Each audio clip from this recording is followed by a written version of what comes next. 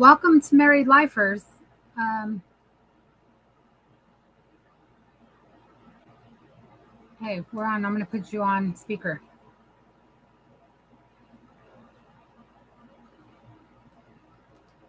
Okay, go ahead, babe. All right, okay. What's So, up, everybody? what's up, everybody? Bumper So, Loco, what's up, homie? who, babe? Bumper Loco. Oh, I don't even know if he's on. I don't see any comments yet. Tell Bumper Loco, I said, what's up? Tell my homeboy, Rogelio, I said, what's up? Tell my little niece, Ava Bella, I said, what's up? Everybody can Tell my hear you. Jelly Bean, I said, what's up? What's up? And my grandkids, I said, what's up? All my family, I said, what's up? You're ridiculous, dude. Okay. Well, tonight we're going to talk about, we're just doing updates. So I apologize to everybody for not being on last Saturday. Um, it was my birthday. We were supposed to do a special. Go ahead, babe. And that's part of my fault. I dropped the ball. So he was having weather issues as well. So sometimes that's going to happen with the phones. We're getting ready to switch, or they're getting ready to switch over. So it's a constant problem.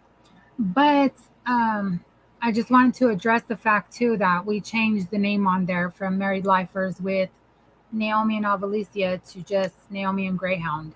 Um, so it's just going to be myself and my husband from now on with our special guest. Avalicia will hopefully come on as a guest every now and then, as well as Rachel. Uh, she just, had to do her own thing. So I don't know how else to explain that, babe. Do you want to explain it? No, Or did I do a good enough job? you did a good job. Okay. So that's the little updates we wanted to talk about. I did start a Facebook for Married Lifers. So if you're not following us yet, follow us on there. Also TikTok, Married Lifers, TikTok, and Instagram.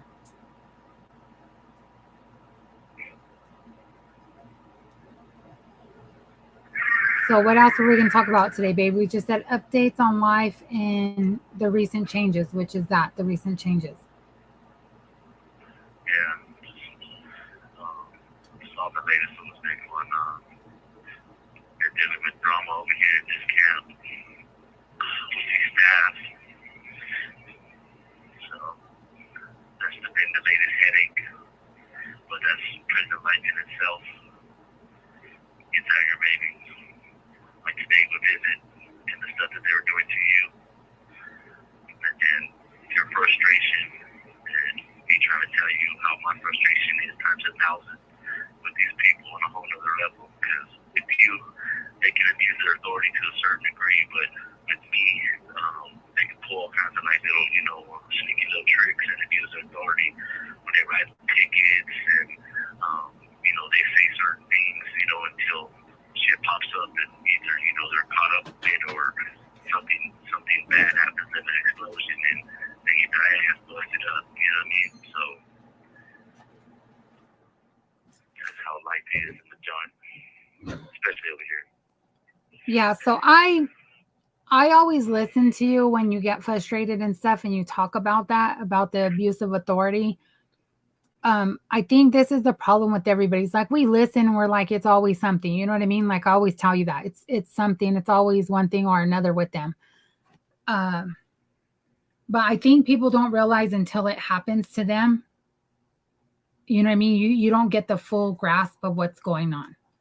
So that's what that's what he's talking about. Like today, um, they called my husband for visiting. I'm standing up there at the visiting, trying to check in, and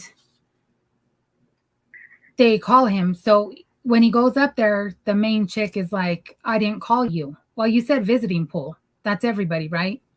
So then she yells at him, and one of the other wives told me what happened too after visit. But she, yelled for him to go back to his fucking unit or whatever. So then I finally get checked in and I'm sitting there and one of the other CEOs says that she waited an additional 10 minutes to call my husband. Just to be an asshole. You know what I mean? And then I kind of just chucked it out to whatever, just like, and this is how they get away with shit because we think like that. Like we don't want them to mess with our visits or whatever. So you don't say nothing.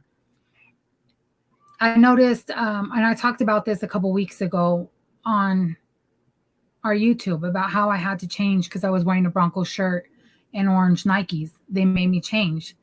Some girl walks in today and it happens to be, to me, I feel like they're buddy with her because they play with her kid. Right? Yeah. So they let her in with a Broncos shirt. They hang out in the visiting booth, and that ain't allowed. That's a security area. Yeah. So they let people go back in there, and you're not supposed to. It's just staff. So I said something.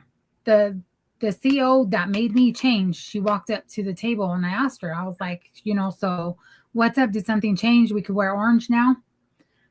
And she's like, what exactly did I say, babe?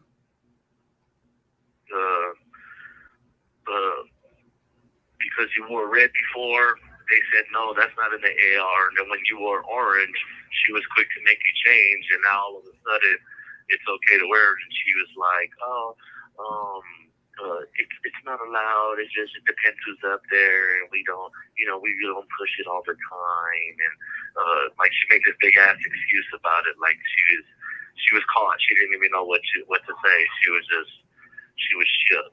Yeah, because I told her I had a orange Bronco shirt on with more writing and stuff on it than this chick did. And, you let her in, but you made me change. So is it just me or, did something change? And she's like, she stuttered. She didn't know what to say. She didn't know how to react to that. And then she's just like, because there are new people up there. She's like, well, she got through because of that. And I did notice it. And then she stands there and is like, thank you for bringing it to our attention.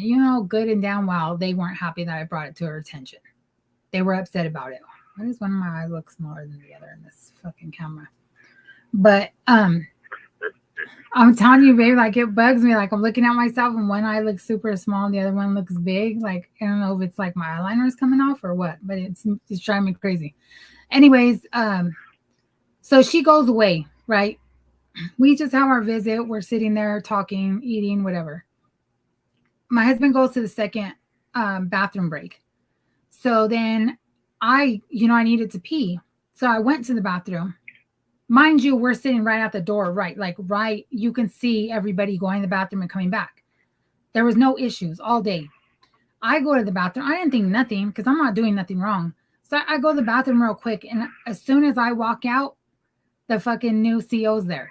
And she's like, it's a random search. She's like, they've been getting on us about this a lot. She goes, you just so happen to be the first one to walk out the bathroom because there was multiple girls in there. And so I'm like, she said that. And then, because the girl had walked out and I was like, so you're not going to check her? You're just checking me? Like, what's the issue? And then that's what she was like, well, it's just random and they've been getting on us about this. And you just happen to, you happen to be the one that came out first. But as we're sitting there, they never did that to nobody else before that. And they didn't do that to anybody else afterwards. So it was just me that they did that double check on. No other randoms. Yeah, it wasn't random. They do that. They're like, I was telling my husband, at least last time, like, you could tell they were doing it specifically to me, but at least she tried to play it off last time. Like she did me and then she did the old lady that was behind me, but then they didn't check anybody else. This time it was just like straight up. It was just me. So it's like, they want you to, you know what I mean? I don't know. It's fucking annoying because it's like, you felt some type of way because my husband came supposedly early when they knew I was in the office checking in. Like, why make him walk all the way back to make him fucking walk back again? And then that's an abuse of power with you're on a power trip. Let's make his visitor wait 10 minutes because you got irritated that he came when you called him. And then you make us wait another 10 minutes. You make me just sit there for 10 minutes just to be an asshole. No. So. She tried to, because when I first went up there, And then I give her my ID. She's like, I didn't call you. Go back to your unit. I'm like, so I walk out and I tell the other officer, and he's like, what? Your wife didn't show up this time? I said, no, she did. I just had a video visit with her. Every time she has that video visit, she's not far from the prison. And he's like, he's like, well, you keep back and wait right here for a bit until she shows up. So he said, but stand right here so that, you know what I mean, you're not right there and she ain't tripping. Then she went and looked out the window, the side window, and then he's over there in the visit part, and I can hear her yell, tell his ass to go back to the fucking unit before I fucking write his ass up. So and he's like, hey, just go ahead and go back. She's tripping. I'm like, so I went back, and then when I go back over there, that's when they call us for the visit. Well, later, because I'm like, they're taking a minute, so I was like, okay, they're probably bullshitting. So that's when I try to call you, and just to make sure. And I was like, yeah, it went to voicemail. So when I come back, that's when he tells me, he's like, hey man, don't trip. She tried to make your visitor stay out there for about 10 minutes until she calls you. It's just a power trip what she's on. He's like, she might yell at you, but don't say nothing. And I told him, I'm like, look man, she better not raise her voice at me. She better not cuss at me, because I don't talk to none of you motherfuckers like that. And I ain't gonna put up with no motherfucking pig trying to disrespect me. And he's like, nah, just be cool, just be cool. When I walked in there though, she didn't say nothing. That's why when I came out there and I asked him, like, hey, how long you been sitting out here? Because this bitch had me waiting over there in the motherfucking unit. Because they called me early. She didn't like it. But that's just a power trip. That's all it is. Yeah. But I'm saying, like, I listen to you go through that, and it's like it's always something, you know what I mean? So you kind of just, I don't want to really say I brush it off, but in a sense, you know what I mean? Like, you know, that's something you go through, but you don't see how aggravating it is for a person till you're aggravated by it. Do you get what I'm saying? Yeah. Like, see, that's why I was explaining to you that on this side of the fence, I get the part that you guys see or you don't see, but on this side, it's like 1,000 times more. You know what I mean? We're locked down over here, and then they try to do us a certain way. They'll come tear our cell up and take away this or that, or they try to talk to you a certain way, like you're supposed to just bow down and accept that or something. You know what I mean? Like, so as you get into a lower custody level, you're doing good. You know what I mean? But so they hold that over your head, and they try to talk to you and treat you a certain way, thinking that you're just going to accept to be walked on and mistreated because you don't want to lose your privileges or whatever. But they don't understand that, you know, when you push us to a point, like, you know what I mean, then we start not to care. You know what I mean? And just like they don't care, we don't care. And if they can be so easy to bend and break the rules, and how I was explaining to you, to right on that fence of criminality, you know what I mean? They violate our rights. They violate our due process. They do all these little things to us, right? So when they toe that line, they're trying to be a criminal, and we're already criminals. You know what I mean? We're already serving time. We're already being punished. You know what I mean? So what are they going to do more to us? You know what I mean? You're going to take my TV? Take that motherfucker. You know what I mean? So we start not to caring about that stuff. So when we act out and we start doing the things that we do, then they want to, oh my God, we don't know why he did that to us. I got children. He did this to me. But now you want to care about what's right and what's wrong and stuff. But when you sat there and poked us and prodded us and hurt us and aggravated us and hurt our family and mistreated us and did this and that, you know what I mean? That's okay. But then when we snap back and we do what we do, then we're the bad guys. You know what I mean? But it's frustrating for us because we deal with that every day. Different officers every day in some form or another every day. And it gets aggravating. I get it now, babe. I get it. And I was trying to hold myself together while we were out visit. And like, I think you could tell that I wasn't doing the best job of it. Because I was like trying not to dwell on it. But I was like, the more I tried not to dwell on it, the more irritated I got by it. And then the way she stood by us when the visit was over. The way they stood there, like, it's fucking annoying, dude. Like, I've never gave anybody a reason to think I was doing anything weird. And that's why I told you, like, when she acted funny with the key, like, I don't give a fuck what you search. You know what I mean? I ain't doing shit. You just, at the end of the day, you're going to look like an asshole because I'm not doing nothing. Yeah, like, Me, especially with the men, when they get like that and when they act like that, I laugh at them. I get them more irritated, and I tell them how I like how I control their emotions.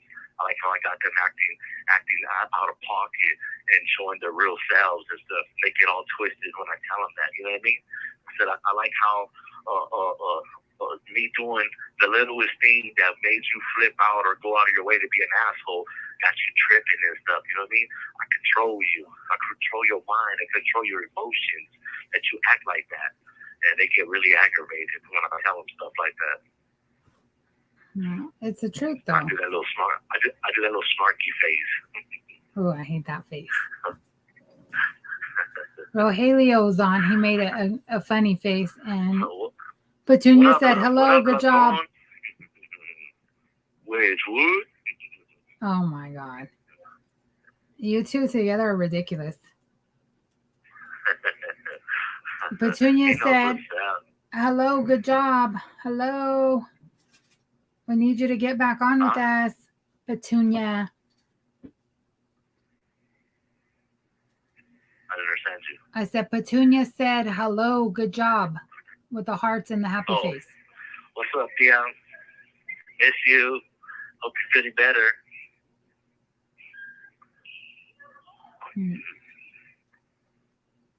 But I just think that people sometimes see only from the peripheral, or they only see bits and pieces of what goes on, and then they don't understand. You know what I mean? And don't get me wrong. Some people can exaggerate stuff like that, but you can't make some of this stuff up. It's like this. You know what I mean? It's a constant soap opera, but and then some. You know what I mean? It's more violent. It's more restrictive, oppressive. You know what I mean? It's got more twist than anything. It's a trip.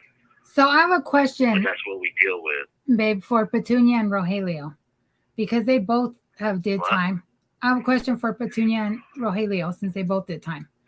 Like, how do you guys feel about COs telling other inmates information about you? So that's our current problem right now. So I just want to know, like, what you guys feel about that, or what you think.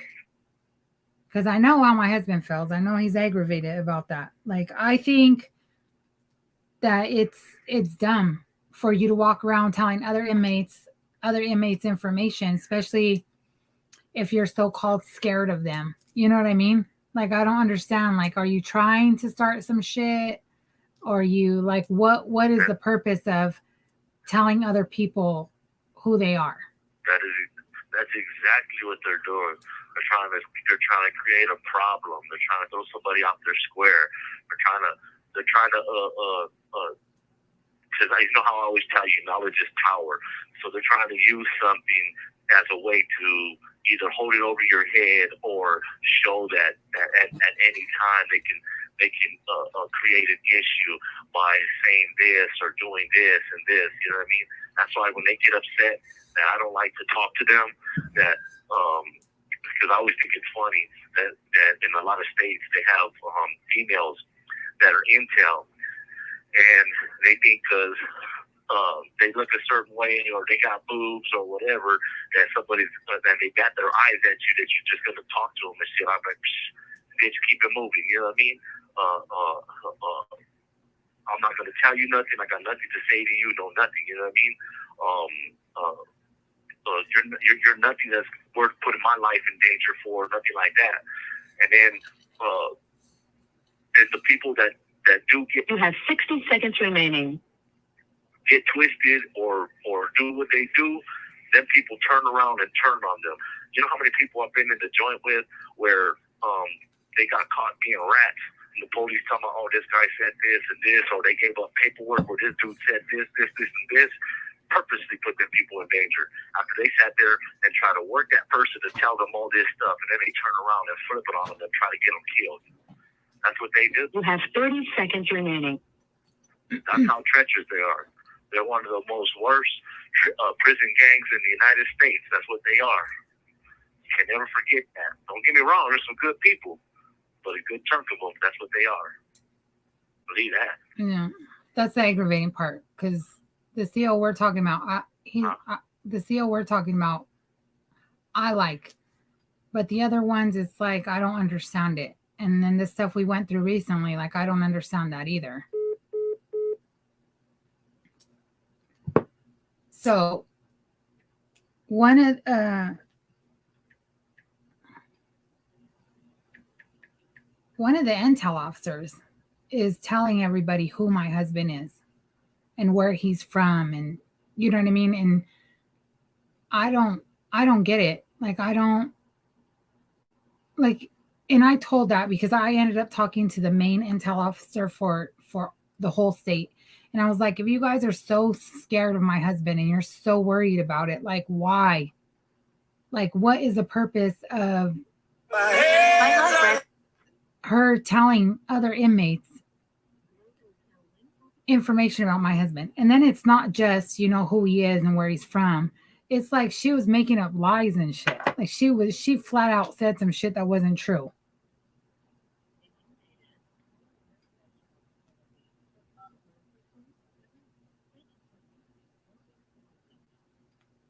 The phone's kind of like cutting in and out. It's weird, so just be mindful of that. Okay. Are you getting sick? No. So I was just saying about the issues we just had this past week, about somebody, one of them saying who you are and where you're from.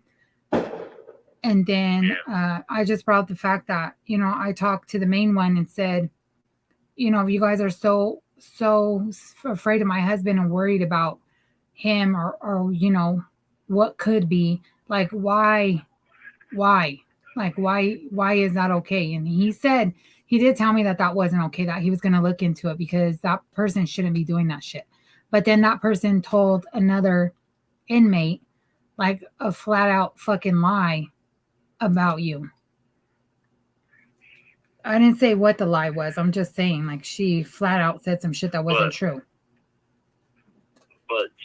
And that's why I say that when I told them, I'm like, hey, are you telling them because you're hoping I fuck them motherfuckers up? Or are you trying to cause some problems? Do you think somebody's going to turn on me or something and I'm supposed to feel vulnerable or something? Because I'm like, that ain't never going to happen.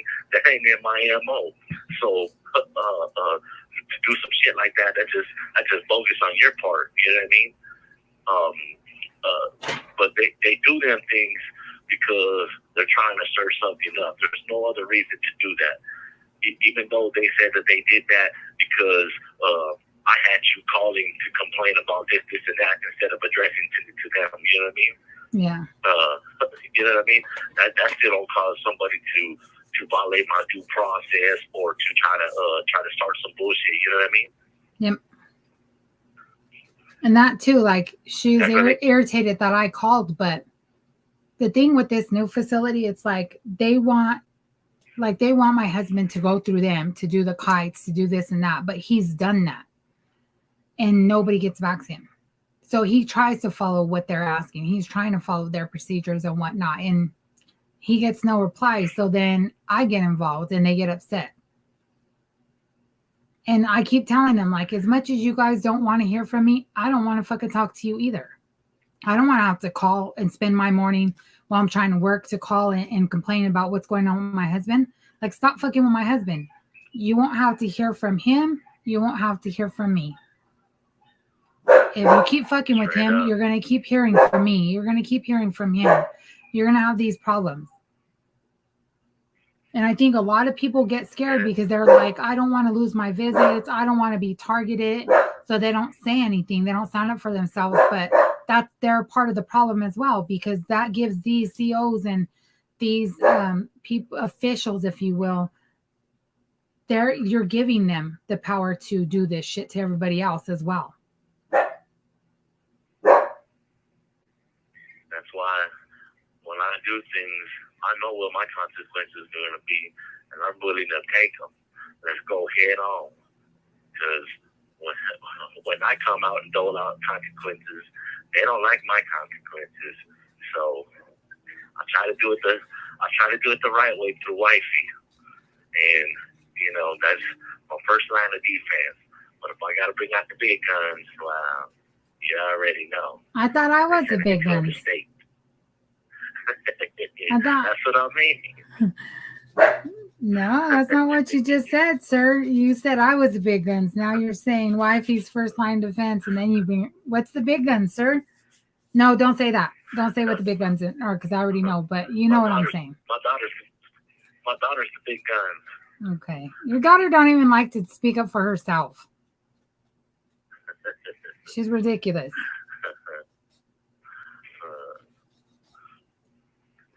But So, like, I don't want to seem like we come on here all the time either, babe, just to bitch and complain. But it's so frustrating because, like, these are the shit that we deal with all the time. Like at every visit since we've been at this place, it's some shit. Like I talked to a few of the other wives, and they're like, you know, I low key miss Lyman because it's the devil, you know. You know what I mean? Yeah, we had some issues there, but it's different issues than it is here, but it's not. It was less aggravating. Just put it that way. But what's crazy? This is an ongoing problem that goes on across the United States. This happened in Illinois. Illinois was notorious for these things. You know what I mean? They were super notorious. They had their little union, and we called it the blue wall. You know what I mean? Where everybody protected each other all the way up to the wardens and stuff. You know what I mean? And so this is not just one facility type thing. This is everywhere where they get in that where they're abuse their authority and stuff like that. You know what I mean? There's criminals on both sides of the fence, more so on their side. We already know who's on this side. You know what I mean? Mm-hmm. So Petunia put they do that to others as well. And if your family calls in, it makes it worse in the other prisons. So I know that, but when you don't say something and you don't stand up for it, you're just allowing it to continue. You're giving them, that's what I'm saying. Like, I know it's hard because when in my Lyman group, we wrote this long email about addressing everything that was going on, right? And we kind of got pushback on it. And some of the girls got scared. And it's like, this is a part of the problem because they scare you and they say, oh, we're going to do this or we're going to take your visits. So everybody stops. And they're like, no, I don't want to lose my visits. So you're giving them control. You're giving up your control to them and saying, you know, it's okay to continue to do this. I'll suck it up so I don't lose my visits.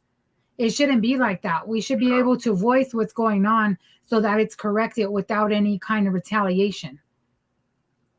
So when you just... It should have to turn... It should be able to be handled civilly and like, I want to say like politically and violently, you know what I mean? Because, you know, I use me as an example. And I had issue where officer created an issue. I was in a cell. Me and the dude were in a cell. I happened to be on the phone at the time, and my power went out. So over there in that prison, they didn't have hot pots and stuff, so guys would make extinguishers and stuff to heat up their water. But sometimes if they didn't have it wired up right, it'll knock out the power from my cells. So I knock on my neighbor's door, wall, and I'm like, hey man, is your power out? He says no. I ask the other guys, they say no. So I'm like, what the fuck? So then when the officer comes and does his walk, I'm like, hey man, my power's out. And he's like, I meant to turn out his fucking power. And then he said, I meant to turn out this bitch's power because he was beefing with my neighbor. So I'm like, okay, what's up with my stuff? And he said, I'll get around to it like nothing. So then I'm like on the phone, I'm like, hey man, they turned my power out. This is what's going on. So then they called down to the joint and complained to the warden and them, and then all of a sudden they sent the major and stuff over there, and they tried to come and they wanted to shake me down to see if I had something. I'm like, well, I happen to be on the phone. I'm like, hey, they want to shake me down because they turned my power off, and now they want to punish me by tearing my house up. And when they realized I was on the phone, then they went in the back and seen that my power was off, and they turned it on, and then they didn't shake me down. But this was because of outside support that this was brought up. But that NCO, he ends up later retaliating because I did that, and he wrote me up for some stuff, and I went to the hole for it. And it was wrong. But it took me 9 months to get out the hole for it. But even when they investigated, she said I had assaulted him and I did this, this, and that, and I didn't do that. Now, I tried to take it the regular way. I tried to bring it to these people. I tried to tell them there was a problem. I tried to tell them this dude's a liar, that he's abusing his authority, that he did this to me, did this and that. And when they didn't listen to me, that's when I did the things that I did. So then I waited almost a year, and when the time came, I got him to break the rules again, and then it got violent. You know what I mean? And it should have never have went there, but they brought that on themselves. They're the ones that created that. You know what I mean? But had I have not outside support to bring that to light, you know what I mean? It could have been a whole lot worse, because when they assaulted me back for what I did, you know, they try to hide me away with nothing. I needed stitches and everything, and I was all bloodied up and everything, and they try to hide me away. But once it came out, then they couldn't hide them stuff. You know what I mean? Then they had to panic and try to sweep it under the rug and stuff. You know what I mean? But they got exposed. But because of outside support is what brought all that stuff to light. And then they got rid of me, and that's how I left that spot. But it should never have to go to that level. These things should be able to be taken care of before that. But that's where sometimes these people take it to, and they push us to those limits where that's the only recourse of action that we have. You know what I mean? So even though there's going to be consequences for addressing stuff, they don't like the outside to bring it up.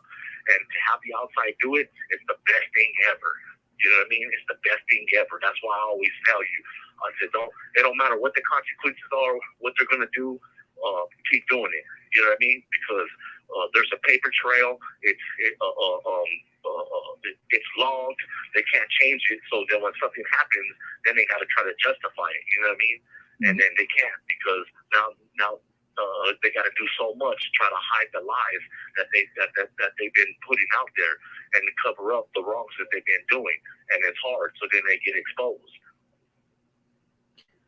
Yep. And it all works. That's when I say it's a tough battle, but it works. That's when I say, that's what I was talking about when I said, like in a previous live that we did, when it's like the COs know what they're doing when they're fucking with you, but then when something happens to them, they're like, oh my God, like I can't believe that happened to me. Like I didn't do anything wrong. Like you knew what the fuck you did. You want to play victim now, but you knew what you were fucking doing. Like this shit doesn't happen just to any fucking buddy. It doesn't happen just because, you know, somebody has a bad day one day.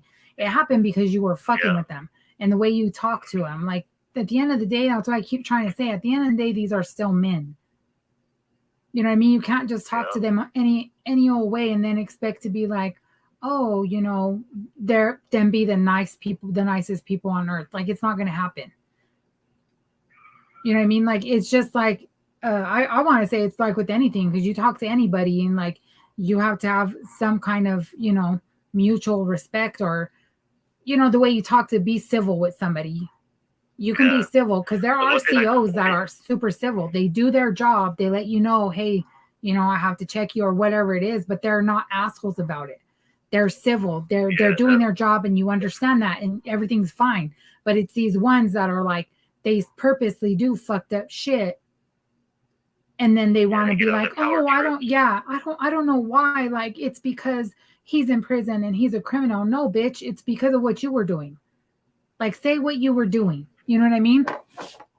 Petunia said, so what are you supposed to do when the officer is putting your life at risk?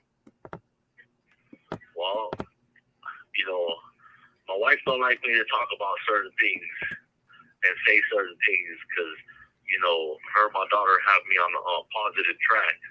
But if I just become on past actions and I get in this zone, I'm in prison. So if the people who are here to so-called protect us, watch over us, or uphold the law and what's right and stuff like that are the people who are putting your life in danger, well, you got no choice but to defend your life the only way you need to. Fight fire with fire. That's how I do it. You know what I mean? And I'm not saying it's right. I'm just saying that for me, in prison, violence conquers all reason. Now, I'll try to stir away from them things and let everybody else handle it diplomatically and stuff like that. And you can get a lot of stuff done. You know what I mean? Mhm. But when your back is against the wall and the other criminals are coming at you, you have to fight back. You have to fight back. And it's fucked up that they put us in them positions, but that's what happens. That's what happens. And people don't like to talk about it. People don't like to deal with it, but that's where they put us in them situations. We're in prison, you got all these tough guys, you got these gangsters and stuff, you know what I mean? But there's a lot of stuff that we deal with, and it builds up, and it builds up, and it builds up. That shit hurts, it aggravates you, it angers you, it infuriates you, you know what I mean? It irritates you, you know what I mean? It just keeps on building, and it builds, and it builds. Because there's things that happen, I can see things that happen to other people, and I'll see an officer go out of his way to be an asshole and fuck with this person, poke this person, prod this person, mistreat this person, disrespect this person, hurt this person, lie against this person. And I know eventually it's going to come around to me, because if he's doing that to them and thinking he's getting away with that, then he's going to be able to do that to me. You know what I mean? And some people are kind of okay with being victims, and maybe some people don't want no more trouble, so they'll just accept this, and this. But knowing what my life is in prison and everything I've had to do, I fight back. So that's why they're scared of me. That's why they've had to do the things with me, because I do not sit down and let them do them to me. I get away with them things to me.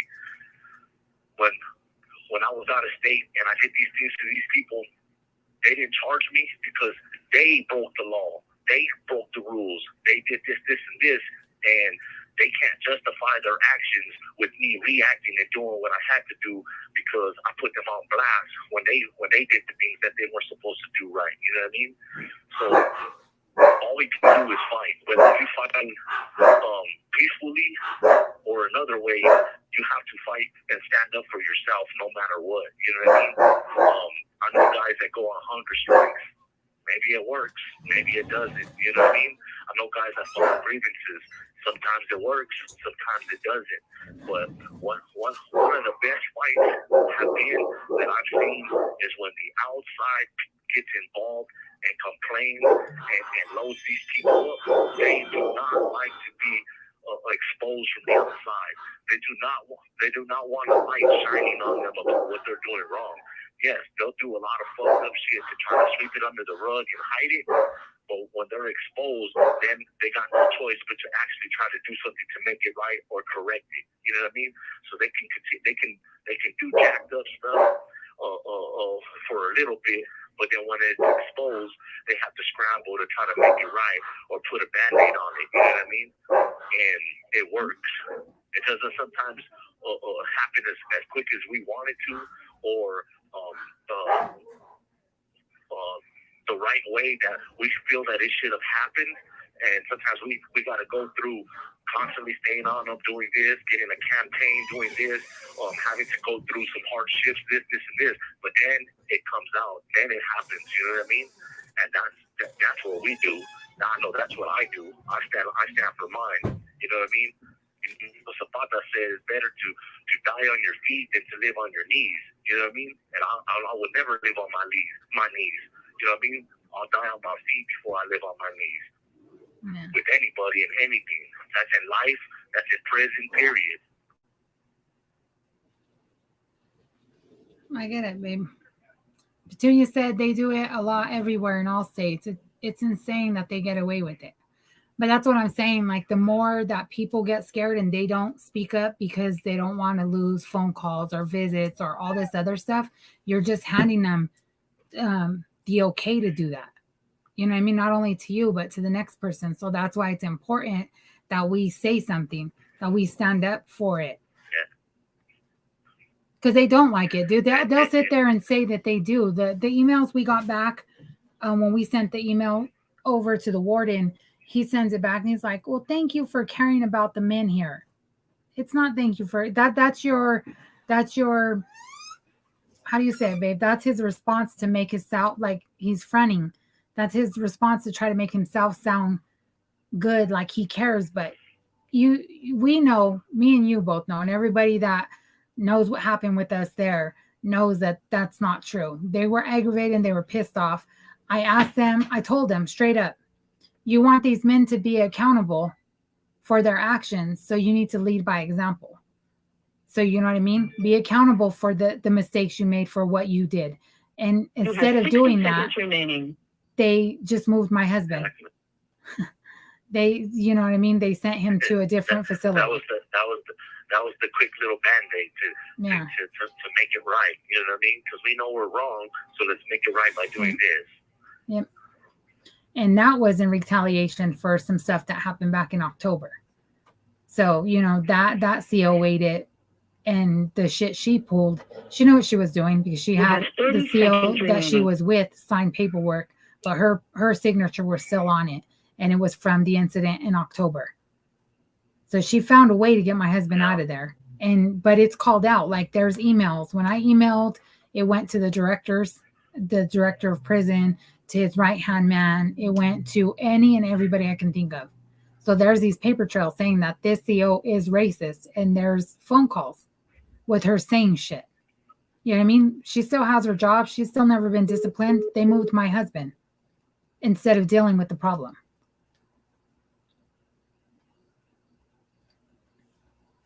So, I mean, I'm not saying that when you do speak up that you're going to see change right away, because it's going to take a lot of us constantly saying something, a lot of us signing up for our loved ones, for them to get it across that it's not right. But, you know, doing nothing's better, or doing something better rather than nothing is better for them at the end of the day.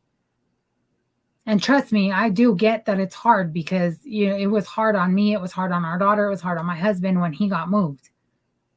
You know what I mean? They still play games. Like, it's a known game that they do with everybody, where they lose their property. These men are making anywhere from $9 to $18 a month. But you know what I mean? A simple little radio is $130. They lose that on purpose. They lose their TVs. These small ass clear TVs are $350, $400. Yeah, I mean, we can get a smart TV, a 55-inch for that amount. You know what I mean? But they're not making any money. So to me, it's like in retaliation for you saying something, they're doing all this stuff. But you have to stick to your guns, and you have to stand up for them. Because like my husband said, like a little dent here, a little dent there, you keep making dents here, making dents there, then eventually it's going to crack wide open. You know what I mean? It's just hard at the beginning. It's hard, because I get scared even now with the stuff that's going on with the visits lately. Like, I have to sit down and write an email and address all the stuff that's been going on. And, you know, for me, it's scary, because I can't live without my husband. I can't live without the visits and stuff. And that's what I'm worried about. But we have to, because at the end of the day, nothing's going to get better. They're going to keep doing this kind of shit over and over again.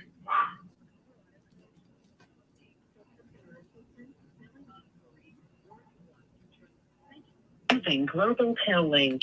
Man, I had to struggle with the phone 5 times before I got through. Yeah. And this is the new problem. So he freaked out. It started last night, right, baby? Yeah, yesterday, yeah. So he called my phone. You know, we talk every day, all day long. And it said that my phone number was disconnected or no longer in service. So he kept calling back, and I'm like, dude, I've had this number for 13 years. I'm not changing it. But it's the phone system, because it's not only him, it's a bunch of guys. They're dialing their loved ones, and that's what they're getting, is that the phone's disconnected or no longer in service, or whatever that error is. See, if I believed it, I would just accept it and then put it down, write a letter, and be like, hey, your number said this, but hell no, I don't believe it. I feel like it's a trick on their part to try to get me to not call my people or something. So that ain't happening. I'm gonna keep trying over and over until it gets through. That's what I do. You better so keep it might trying. be a glitch in the phone system. I don't know, but I feel like it's something else.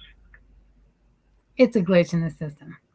I feel like it's not happening to just him. You know what I mean? It's happening to multiple people. You're really nice, and I love you for it. Baby, if it was happening to just you, I would get it. I would feel like it, it's something against us. But it's happened to multiple people and of different races. So you can't say it's just the Mexicans or just the whites. You know what I mean? Like everybody's having the same problem. I think it's because we're supposed to be switching from GTL to Securus next month. And so, like anybody being petty, like they're going to start fucking with us. It's almost the middle of August.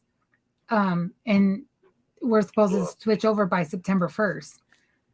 So I feel like that's what's going on. But POC and everybody listening, thank my wife for being very nice because her husband really wasn't. You're so ridiculous sometimes. I love you. So I guess this would be a good topic to talk about with another lady too from a different state to see what's going on there. Because it to me it feels like you've been to a few different states, baby. So you know that it's basically the same everywhere. But I know in some states like it's super like this type of shit is super bad. Yeah. You know what I mean? Like you're saying in Illinois, how bad Illinois was. Well, yeah. Well, that's what I was saying. Like. In the prisons that I've been to, Arizona, New Mexico, Illinois, now Colorado, I think the one that takes the cake for some of the worst conditions is Illinois. So even though we're dealing with some bullshit, I'm blessed and lucky that I'm not still stuck over there having to deal with that because it would be a lot worse. And I'll feel for the guys that have to be over there and deal with that over there. You know what I mean? But there are different places across the United States that it's a lot worse than what we're dealing with. Not that what we're dealing with isn't nothing to care about or not speak on, but there are worse conditions in other spots. Yeah, because I've been hearing some stories about Louisiana and Alabama and Mississippi, like down south, some stuff's like super bad. Yeah. You know what I mean? Yeah. So. Yeah. It is bad. Mississippi went through that stuff, and what was it, Georgia too, when they had them riots? Was it Georgia or Mississippi? I know it was one of them spots. I don't know. I just pay attention to the states that you're in. Yeah. I mean, it's crazy now because of TikTok and like all the social media stuff. So you get to hear like faster, and you actually get to hear about stuff that's going on in other places than just what's affecting you immediately. You know what I mean? So like before, like say when we first got together, 2003, like I knew what was going on in Arizona. Even though I'm here in Colorado, I didn't know nothing about that. I know what's going on in Arizona because of you. Now, because of TikTok and social media, like what's going on when it happens in Alabama, in New York, in all these other states, like we know about it because of social media. Yeah. That's a good thing. There's people networking, people talking about it, people addressing it, you know what I mean? Yeah. Because back then we didn't have that. When I was in Illinois, I always thought about the time that when I was home in Arizona and the way the people had all these little watch groups out there in Illinois. Even though the inmates are different mentally to how we are in Arizona, they did have people on the outside that fought for them, and they had prison reform groups and prison rights activists and all kinds of stuff that would fight for them and stuff. And I was like, man, we never used to have that in Arizona. You know what I mean? We need something like that, But over the years, with people, with social media now coming out, people have been able to put it out there more, and now a lot of groups are starting to pop up in different places, and a lot of things are starting to be exposed, and so on and so forth. And that's a good thing, you know what I mean? Yeah, because it's like every state. I'm in the Arizona Reform group too, just because that affects you in the long run, or at the end of the day, anything that happens out there could affect you potentially. Yeah, but it's good to stay in tune. You know what I mean? Because it helps to figure out what's going on and gain new resources and supporters to help with different things. You know what I mean? Yeah. Especially when everybody gets on board to address problems that happen within the prisons. I'm all doing that for everyone to bring everything to light. What's going on? Yeah. And there's a few. I mean, there's a lot of groups like that now. That's why I tell you, like, I know you probably trip out on all the different groups that I'm a part of when it comes to stuff like that. Because at the end of the day, it's going to take all of us, regardless of what state your loved one's at or what state you're in. Like, this is a problem everywhere. I don't think there's one state that doesn't have these same exact issues. You know what I mean? There's degrees of it. Yeah. So there's some states that are way worse than other states. But at the end of the day, it's the same bullshit in every state. Yeah, like there was a group when I was in Illinois that I always give props to, was the Upton People's Law Center with Alan Mills and Nicole Schultz and the homie Brian Nelson. They used to fight for us and go to bat for us, and that was some good people to have in the corner, and they're constantly fighting for our rights over there in the joints out there. And had I not had them, you know what I mean? I don't know if some of the things that I was fighting would have been able to come to light the way they did, but they did it. Yeah, and I bet you a lot of people don't know about stuff like that. You know what I mean? About because do we even have anything like that out here, or is there anything like that in Arizona? You know what I mean? I'm not sure. I don't know what exists out there now. You know what I mean? After all these years that I've been away, out of state. You know what I mean? I would hope there's something like that, and there's groups like that. You know what I mean? No, but I'm just saying, babe, like it should be stuff like that should be more known. You know what I mean? Like you knew about it in Illinois. Yeah. But if there is something like that, even here in Colorado or in Arizona, like it should be more known than like a secret, if you will. Right. Well, but in some places, it's taken a process for certain things to come to light and certain things to, like, for example, in Arizona, now solitary confinement is becoming an issue, you know what I mean? Being locked down. When we were locked down in the Supermax all them years indefinitely, you know what I mean? It was okay, you know what I mean? Nobody cared and stuff like that. Now, now that we're winning lawsuits in the courts, now that the psychologists are saying that it messes us up, now that they're proving that it does this, and this, now they want to make changes. Even death row got to go from being locked down in the Supermax in solitary confinement to having a general population where they can work and go to school and have contact visits and stuff like that. You know what I mean? And now I'm hearing that there's a bill out in Arizona where they want to do away with solitary confinement altogether. You know what I mean? But all them years that I did there, we went through it and we didn't have any of that. But now the exposure of it and the awareness of it is now coming to people, and now people are starting to see the dangers of it, the negativities of it, and people want to speak up and fight against it. You know what I mean? Yeah. And want to help and change those things. But it's a process that's taking a lot of time. You know what I mean?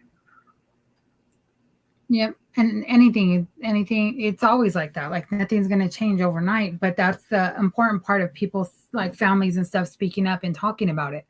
Because if they didn't, it would have never changed.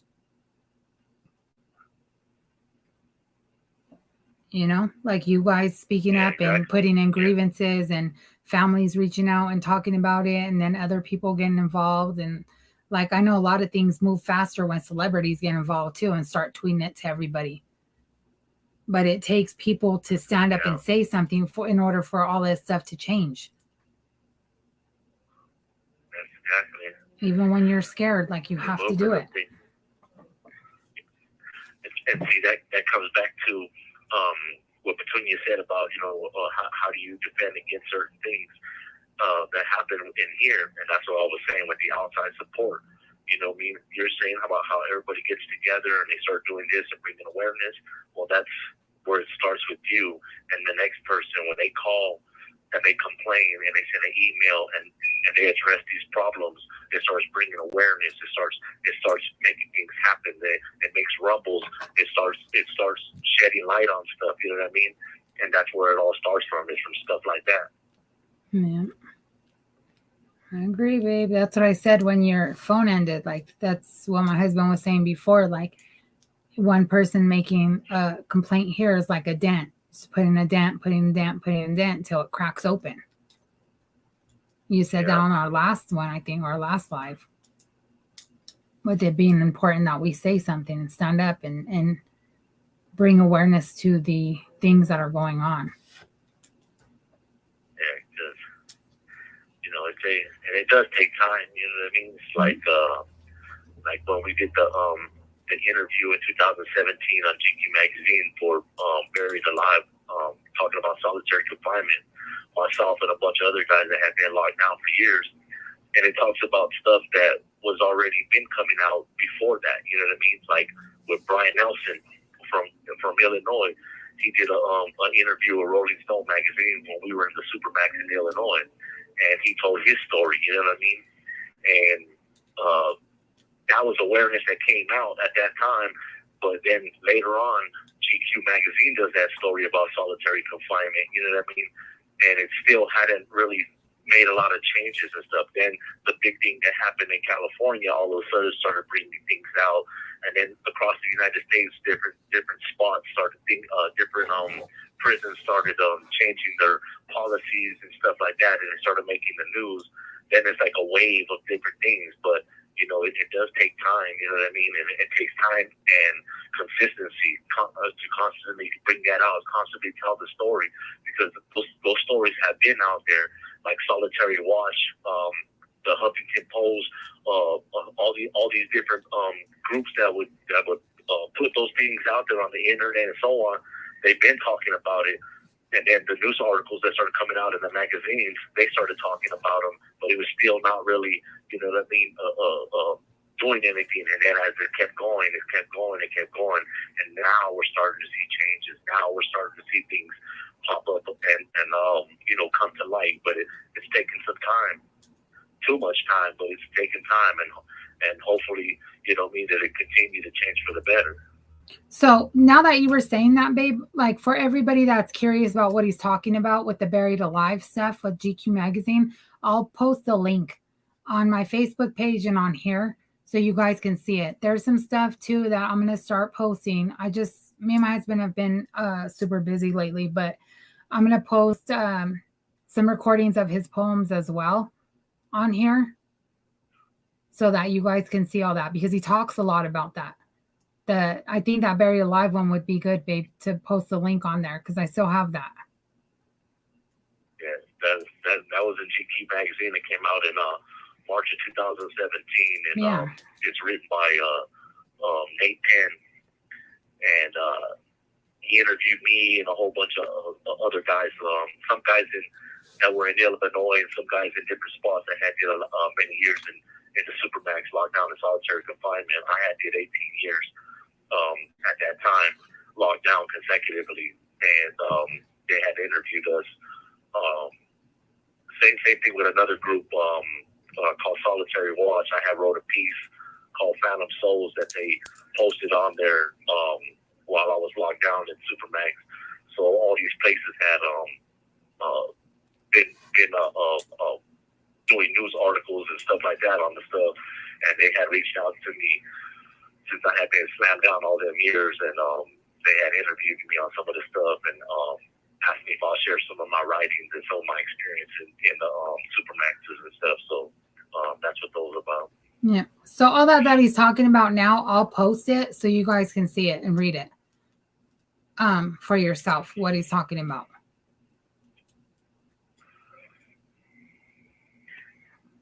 We got to find the one on so she said, listen, babe. That was a good one. Which one? Now I was talking about with Brian Nelson, with Mousy from Chicago. He works for the Uptown People's Law Center now, but he was an inmate in Chicago, and I was in the Supermax with them, and they they interviewed him in Rolling Stone magazine a few years before that GQ magazine came out, because he's the one that let them know that I was somebody to contact, and that's when that reporter from GQ magazine contacted me. He did years in the Supermax with me too, and then he got out the joint, and now he's a paralegal. He's working. He does the prison issues for the Uptown People's Law Center and stuff. He helps them with. That's a good dude right there. So Petunia said, yeah, but some places when the family members call in, the officials make it hard by putting a jacket on the inmate for the family trying to go through the chain of commands. That's what I'm saying. You're putting your family member's life at risk. Oh, you do. I mean, there's always going to be retaliation, but you can't cower down because of retaliation. You know what I mean? Like for me, when I go there, and this is what's going to happen. I prepare myself for what the consequences are going to be. So I don't let that deter me one bit. You know what I mean? I don't let that deter me one bit. I let my wife, my daughter, and them know, look, this is what to expect. This is the kind of tactics you're going to use. This is what's going on. But don't stop, because they use that as a deterrent to stop you from addressing what's going on, to stop you from doing the right thing. That's like a rapist who rapes you and tells you, hey, don't say nothing or I'll come back and kill you and stuff. So you want to keep it to yourself, and he wants to make you feel bad about yourself so that you don't ever address what happened to you, so he can get away what he did to you. You know what I mean? But it was wrong. So you have every right to go expose him and fight against what he did to you. There was nothing that you did wrong. It's everything that he did wrong. But they try to do that to deter you. So that's how I liken that situation. And let them come with it. Push out. I'll come right back. I hate when you say that.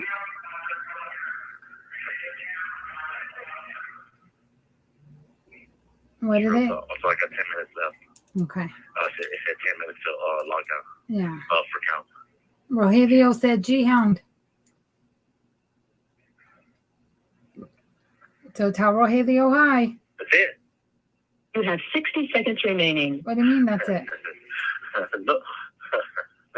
No, go on. What's up, homie? Petunia said excellent point of view. You said what? Excellent point of view. Because he knows what's up. He's been there. He understands what time it is. You know what I mean? Petunia said that, babe. Petunia said that, not Rogelio. Petunia said that, not You Rogelio. have 30 seconds remaining. Said what? Petunia said that, not Rogelio. Rogelio just said Greyhound. Oh yeah. All right. Oh yeah. Well, that's how I liken it. You know what I mean? It's an ugly comparison, but I mean that's exactly what it is. Mm-hmm. Sometimes you have to put it in that, you know, in examples that people can understand better. Rogelio said, that's how I feel when it hung up.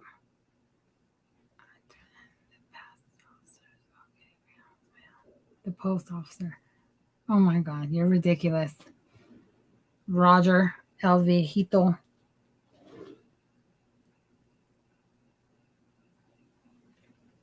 Hopefully you can call back. So the thing with the phones right now is he has to call multiple times before he gets to get through, because all the numbers are saying that they're disconnected or whatever. So when he calls back, that's what he was talking about when he was like, I have to call 5 times or whatever. So when he has to lock down, I'm going to end the live. That's what we're going to start doing from now on, because, you know, it's us back and forth unless there's something else going on, or unless Petunia's on with me to go back and forth or whatever. That's what it's going to be from now on. So I'm hoping Avelicia can make time for us and jump on with us here and there. You know what I mean? Because I know she's super busy. She got a lot going on.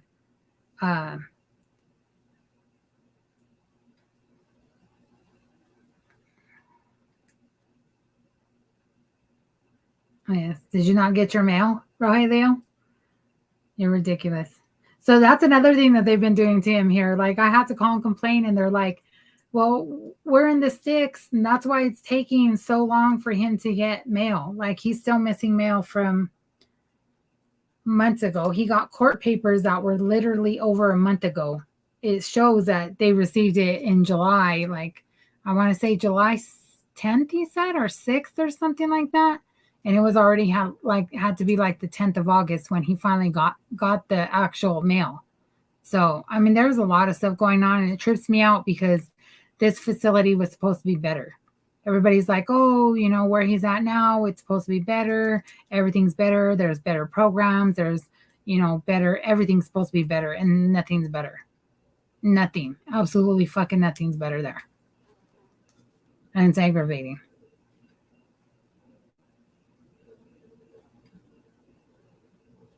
Hopefully he can call back for his last few minutes. I don't know what's going on. He's probably having issues.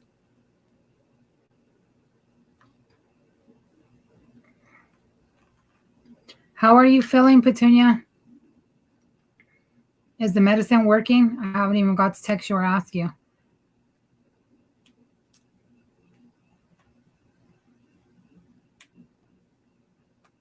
So between the nonsense that's going on with him and having to call and argue with people and stuff, I'm getting ready to go to Georgia tomorrow. So between him and I, we got a lot of stuff going on.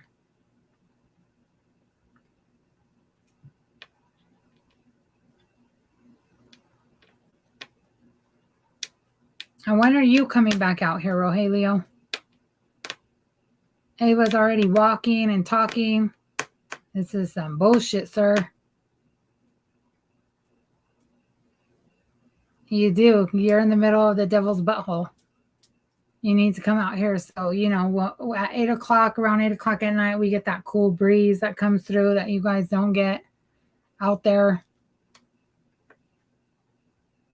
I told you last time we see him, my husband's like, next time I see Ava, she's going to be walking. And what is she doing, sir?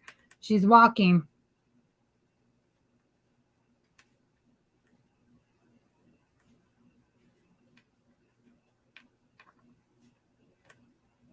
Soon, real soon.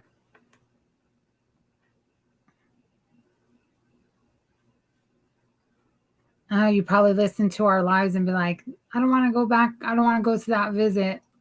They're annoying, dude. They're more anal. And it's funny because it's not like the other ones in there are pretty cool. The COs, it's the main one. The one that runs the visits.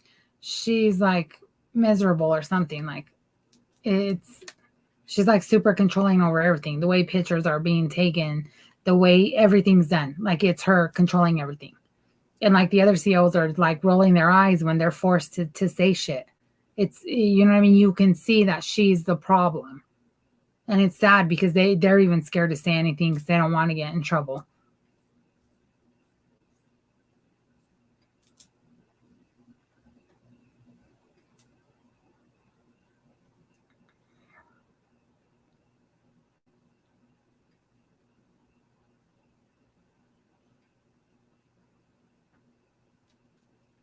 Yeah, Petunia. And they don't. But that's what they bank on. So when people don't exercise their rights, or like, you know, when the inmates don't say anything, that's what my husband was saying. And then when the family members don't stand up for them, that gives them their free pass to be okay with doing the shit that they're doing to them. You know what I mean? They're like, well, I can do this because I'm getting away with it. Nobody's saying nothing to me. And it is hard to say something because, like he said, like you know, he's ready to deal with the retaliation that he knows is coming.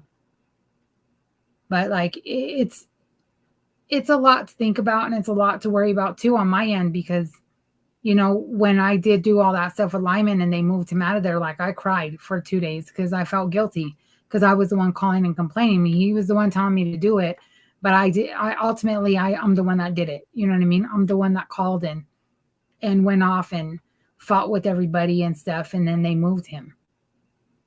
But he's right. Like at the end of the day, I had to go through that hard time to get where we're at because there's a paper trail about what they did to him in Lyman, and then also about that CO being racist.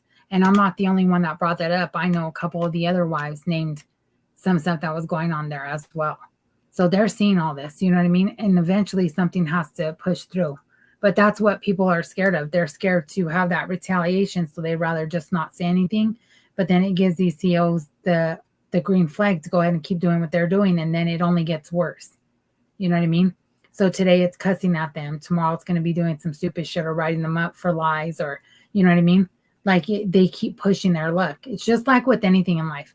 You get away with something, you're going to keep doing it because you know you can keep getting away with that same type of shit. And then each time it gets worse and worse.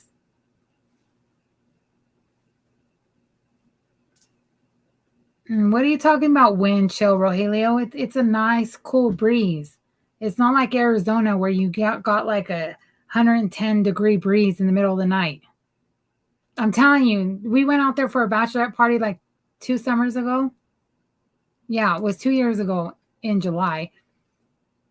1:30 in the morning, we were drunk walking. I had to take off my shoes, my high heels, and we were walking on the cement. The bottoms of my feet were burnt for like 2 or 3 weeks. I couldn't like wear shoes and stuff. I had to put aloe. There's no reason why it should be that hot at 1 o'clock in the morning. It should be cold or cool. Not in Arizona. So I don't know what you're talking about, wind chills. You're crazy. You need that cool breeze.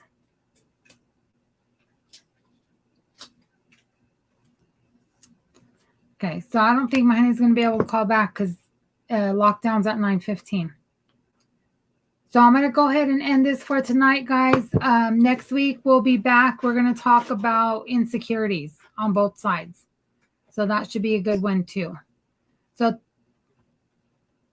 yeah, it's us against Sam.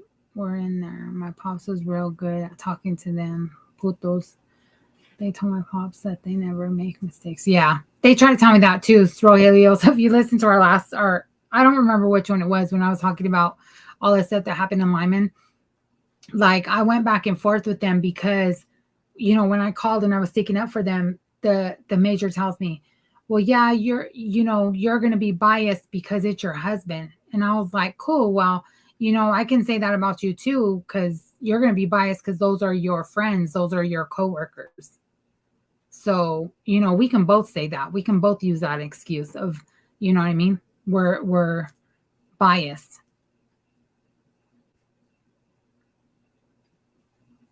Yeah. You think it's funny. So the reason why we're going to talk about insecurity is because we just got into it tonight about that on both sides, not just in there, but out here too. So we'll talk about that next week. But thank you so much for joining us. I appreciate you guys being on and the back and forth. Have a good night, everybody.